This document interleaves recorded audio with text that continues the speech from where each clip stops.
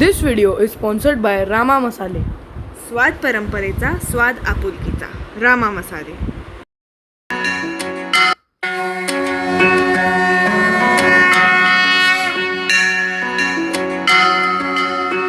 नमस्ते गुरुजी. नमस्ते.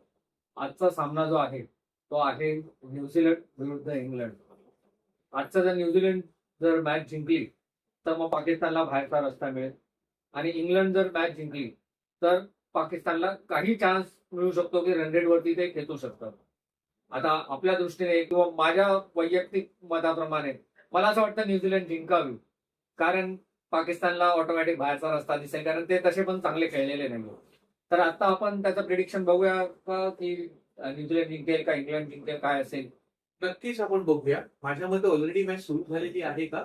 हो, मॅच तर सुरू झाली असेल, 8 तर वाजलेले.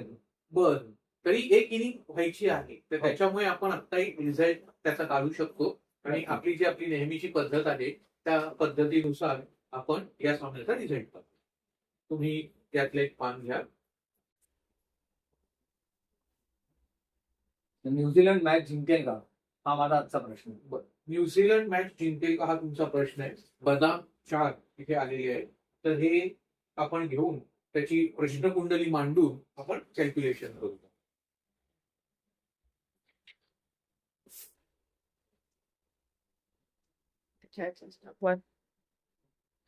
कॅल्क्युलेशन असं करून झालेलं आहे आता.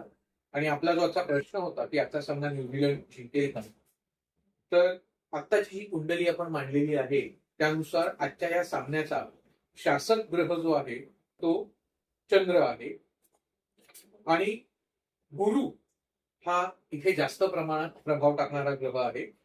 गुरुचं कार्यक्षत्व बघता गुरु विजयासाठीचे जवळजवळ सगळे भाव दाखवतोय आणि त्यामुळे आजचा जो सामना आहे तो सामना न्यूझीलंड जिंकण्याची शक्यता दाट आहे, जो तुम्ही प्रश्न विचारलेला होता.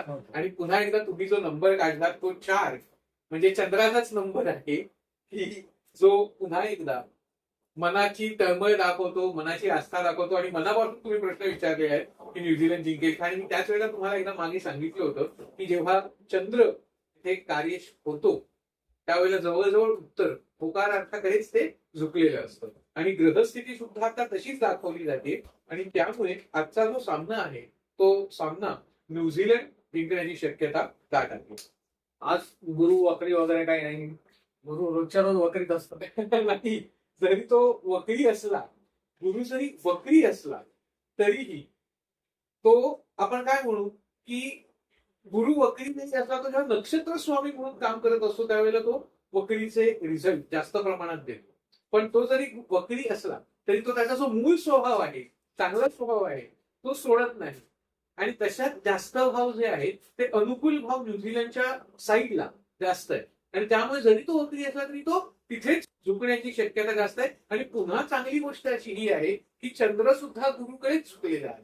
अच्छा. आणि त्यामुळे हा सामना म्हणजे आपण काय म्हणू की या सामन्यामध्ये न्यूझीलंडचं जे मांडं आहे ते जड आहे. सामन्यामध्ये ट्विस्ट येऊ शकतो, पण न्यूझीलंडचा विजय हा जवळपास निश्चित आहे. आता तुमचा जो प्रश्न आहे की गुरु रोज वक्री का असतो, तर असं काही नाहीये. आपण रोज रिझल्ट काढतोय आणि प्रत्येक ग्रह हा स्तंभी, वक्री किंवा मार्गी या 3 पैकी एका अवस्थेत असतो. सध्या गुरु जो आहे तो वक्री अवस्थेत आहे आणि गुरुचा वक्री राहण्याचा काळ हा काही महिन्यांचा असतो. त्यामुळे जरी तुम्ही रोजच्या रोज हे काढलं तरी गुरु हा वक्रीच असणार आहे जोपर्यंत तो मार्गी होत नाही तोपर्यंत. धन्यवाद गुरुजी. धन्यवाद.